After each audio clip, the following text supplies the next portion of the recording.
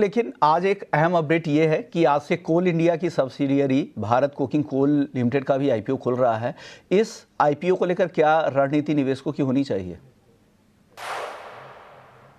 देखिए, भारत कोकिंग कोल एक बड़ी सब्सिडी है कोल इंडिया की।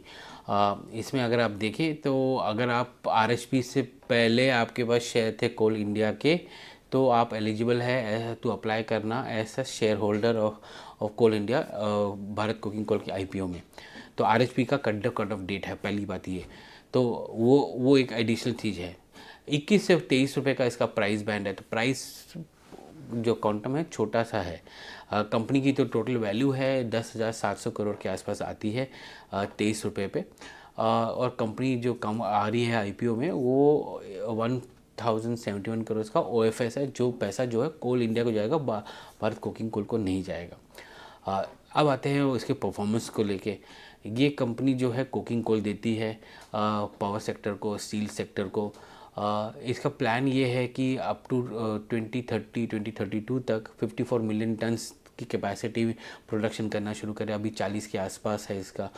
और उसमें वो देख रही है कि कैसे वॉश्ड कोल को दिया जाए। अब कोल दो प्रकार के होते हैं। एक तो नॉर्मल माइन किए वाले होते हैं जिसमें ऐश कंटेंट बहुत ज़्यादा होता है, और उस ऐश कंटेंट को आप पावर के लिए यूज़ कर सकते हैं, पर स्टील के लिए नहीं यूज़ कर सकते, क्योंकि उसमें स्टील में आपको ऐश कंटेंट कम चाहिए होता है। तो उसके लिए आप वॉशरी के थ्रू उसको वॉश करते हैं और ऐश को निकालते हैं। तो आज के डेट में लगभग 13 से 15% जो है कोकिंग कोल वॉश जाता है भारत कोकिंग कोल का। और उनका खुद का अनुमान है कि कैपेक्स के थ्रू वो 40% जाएगा अगले 4 से 5 साल में।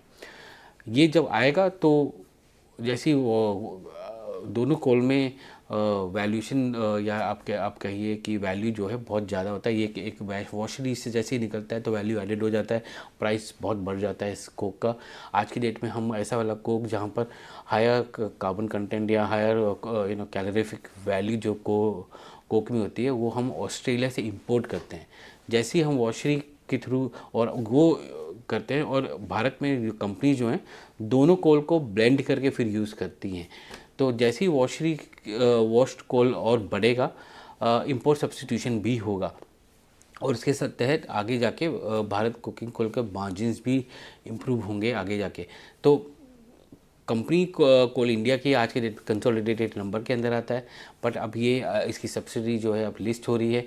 तो कोल इंडिया में भी थोड़ा सा होल्डिंग कंपनी डिस्काउंट आएगा at some point in time, या यहाँ से आपके स्टॉक मूवमेंट बहुत कम दिखेंगे उसमें। और भारत कोकिंग कोल जो है उसकी वैल्यूएशन पे अभी स्ट्रीट एक्ट करना शुरू करेगा। तो जैसे ही वो अपना प्रोडक्शन बढ़ाएगा, अपनी वैल्यू एडेड कोल बेचना शुरू करेगा, इसके रेवेन्यूज़ और एबिटा मार्जिन्स इम्प्रूव होंगे। और उम्मीद यही है स्ट्रीट को कि अगर वो मीट कर लेता है गाइडेंस, तो यहाँ से काफ़ी रनवे दिखता है इसको। तो 23 रुपये का आईपीओ है, बैक्ड है बाय गवर्नमेंट की कंपनी है, कोल इंडिया की सब्सिडी है, और प्राइस पॉइंट भी छोटा सा ही है इसका, 23 रुपये का।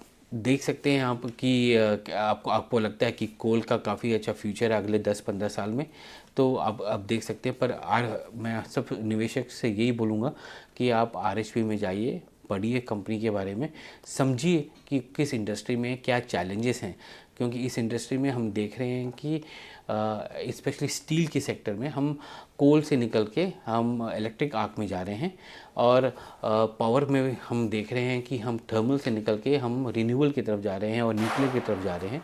तो ऐसा नहीं है कि कल के दिन सब कुछ चेंज हो जाएगा, इसको लगेगा 10-15-20 साल, बट वो उतना आप अगर आप लॉन्ग टर्म इन्वेस्टर हैं तो आप उस हिसाब से उसको देखिए।